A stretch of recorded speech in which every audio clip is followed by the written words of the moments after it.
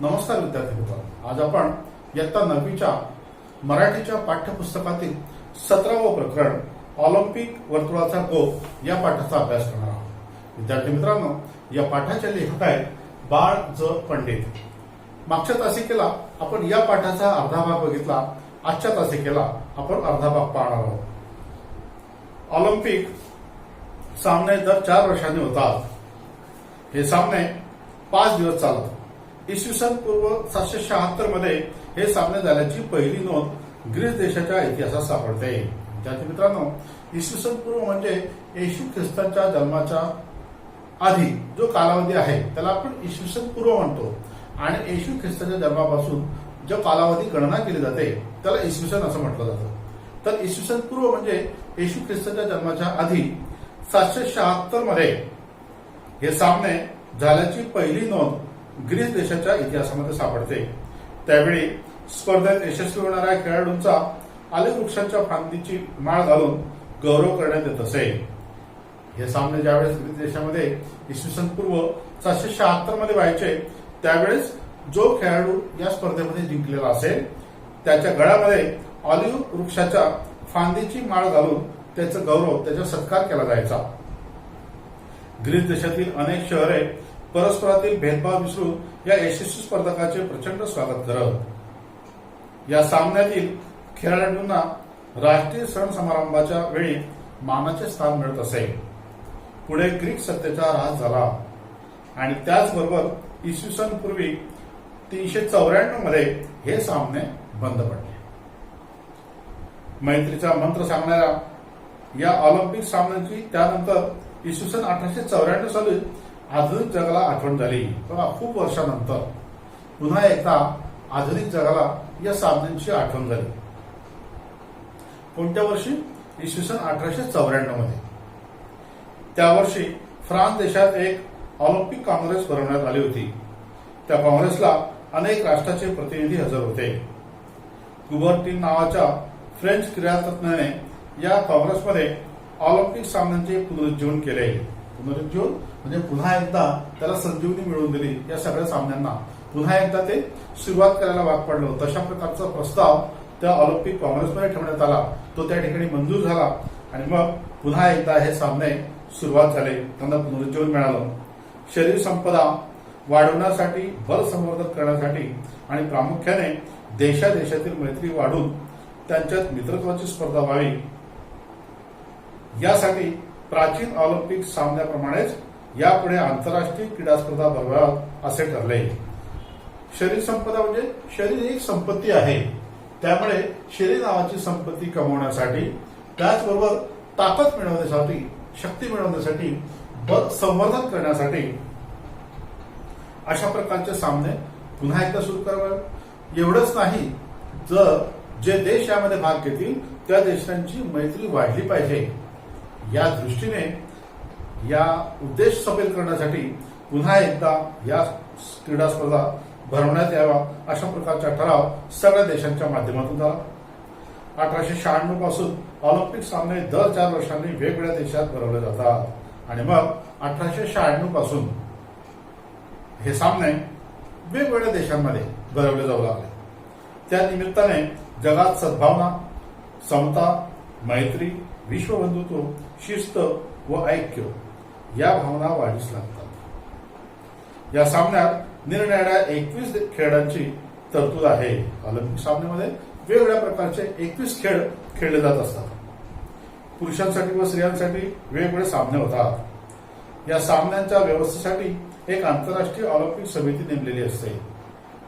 या स्पर्धात भाग घेणाऱ्या प्रत्येक देशाचे 1 ते 3 प्रतिनिधी या समितीत असतात। या समितीमध्ये खेळांची व्यवस्था त्या त्या देशांच्या आंतरराष्ट्रीय संघाकडे असते। आता अनेक खेळ अनेक देशांमध्ये खेळले जातात, त्या त्या देशांची आंतरराष्ट्रीय खेळाडूंची टीम सुद्धा असते, तर त्या खेळाडूंच्या टीमकडे या खेळाच्या व्यवस्थेची जबाबदारी असते। ज्या देशामध्ये हे सामने भरवले जातील त्या देशाची आंतरराष्ट्रीय जी टीम असते, जो संघ असतो, तो संघ या खेळांच्या व्यवस्थेकडे लक्ष देत असतो। ऑलिम्पिक सामन्यासाठी लागणारा खर्च फारच मोठा असतो। हा सर्व पैसा स्पर्धाही देश उभा करतात आणि हा सगळा पैसा ज्याने ती स्पर्धा आयोजित केली असेल ते स्पर्धक देश हा सगळा पैसा उभा करत असतात. क्रीडेच्या क्षेत्रात जातीभेद नाही, धर्मभेद नाही की वर्णभेद नाही.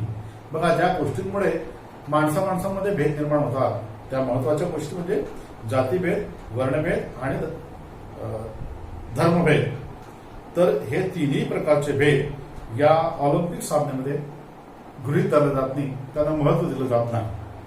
येथे सर्वांना समान संधी मिळते.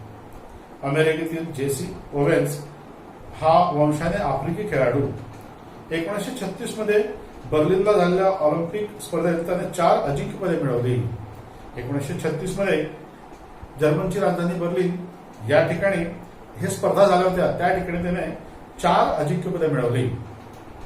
एवढंच नाही तर त्या 4ही बाबतीत त्याने नवे उच्चांक प्रस्थापित केले, नवे उच्चांक मिळवले, नवीन रेकॉर्ड्स तयार केले. अमेरिकेच्या वंशाचा तो मोठा शिल्पकार ठरला. अमेरिकेतच नव्हे तर साऱ्या जगाने या खेळाडूचा त्यावेळी केवढा गौरव केला, केवढे कौतुक केले. ओवेनचा वर्ण, त्याचा देश हे सर्व विसरून साऱ्या जगाने त्याची प्रशंसा केली, साऱ्या जगाने त्याची स्तुती केली. एमिल झेटोपेक या झेकोस्लोवाकियाचा खेळाडू 1952 साली त्याने हेलसिंकीचे मैदान गाजवले. हेलसिंकीमध्ये खूप पराक्रम गाजवले. तेथे त्याने 5000 मीटर धावणे व मॅरेथॉन या लांब पल्ल्याच्या शर्यतीत नवीन विक्रम केले व नवा इतिहास घडवला. जगातील एक मानवी रेल्वे इंजिन अशी झेटोपेकने ख्याती मिळवली, प्रसिद्धी मिळवली. यामुळे जगातील सर्व लोकांना झेटोपेक बद्दल तर अभिमान वाटलाच, पण त्याबरोबर झेकोस्लोवाकिया देशाबद्दल सुद्धा आदर त्यांच्या मनामध्ये निर्माण झाला. आफ्रिकेतील इथिओपिया अबेबे बिकिला या खेळाडूने तर अनवाणी पायाने मॅरेथॉन लांब पल्ल्याची शर्यत जिंकली. बघा, आफ्रिका खंडामध्ये असलेला इथिओपिया या देशातला अबेबे बिकिला नावाचा जो खेळाडू होता त्याने अनवाणी या स्पर्धेमध्ये भाग घेतला आणि अनवाणी पायाने म्हणजे पायात कोणत्याही प्रकारचे बूट चप्पल न घालता मॅरेथॉन स्पर्धा ती सुद्धा लांब पल्ल्याची त्याने ती शर्यत जिंकली. एवढे मोठे अंतर त्याने 2 तास 15 मिनिटात कापले. फॅनी वँकर्स या स्त्री खेळाडूने तर 1948 साली ऑलिम्पिकचे मैदान धनाडून सोडले. स्त्रिया सुद्धा ऑलिम्पिकमध्ये मागे नाही, त्या सुद्धा हिरिरीने भाग घेतात, त्याही विजय मिळवतात. तर 1948 मध्ये या फॅनी वँकर्सने ऑलिम्पिकचे मैदान धनाडून सोडले. 100 व 200 मीटरच्या शर्यतीत प्रथम क्रमांक मिळवला. भारताने हॉकीच्या स्पर्धेत अनेक वर्षे अजिंक्यपद टिकवले. सुप्रसिद्ध भारतीय हॉकी खेळाडू ध्यानचंद यांचे नाव कित्येक वर्ष जगात सर्वांच्या जिभेवर नाचत होते. ऑलिम्पिकच्या मैदानावर खेळाडू खेळत असतात तेव्हा खेळाडूंना पराक्रमाचा व प्रयत्नवादाचा संदेश देणारा ध्वज डौलाने फडकत असतो. त्या ध्वजावरील 5 खंडांची 5 वर्तुळे समतेचा व विश्वबंधुत्वाचा संदेश जगाला देत असतात. 5 खंड मागच्या तासिकेला आपण बघितलं. अमेरिका, आफ्रिका, युरोप, ऑस्ट्रेलिया आणि आशिया असे 5 खंड जणू काही त्या सगळ्या खंडांनी आपलं मैत्रीचं प्रतीक सगळ्यांना दाखवण्यासाठी त्या वर्तुळाच्या माध्यमातून जणू काही एकमेकांच्या हातामध्ये हात त्यांनी गुंफलेला आहे असं प्रतीक, एक मैत्रीचं प्रतीक आम्हाला त्या वर्तुळामधून दिसतो. त्या ध्वजावरील 5 खंडांची 5 वर्तुळे समतेचा व विश्वबंधुत्वाचा संदेश जगाला देत असतात. तर त्यांच्या शेजारीच क्षुद्र विचारांचा अंधकार घालवणारी ज्योत तेवत असते, ज्योत पेटत असते. अशा प्रकारे हे प्रकरण या ठिकाणी संपलेलं आहे. विद्यार्थी मित्रांनो, हा पूर्ण धडा तुम्ही वाचा, समजून घ्या. धन्यवाद.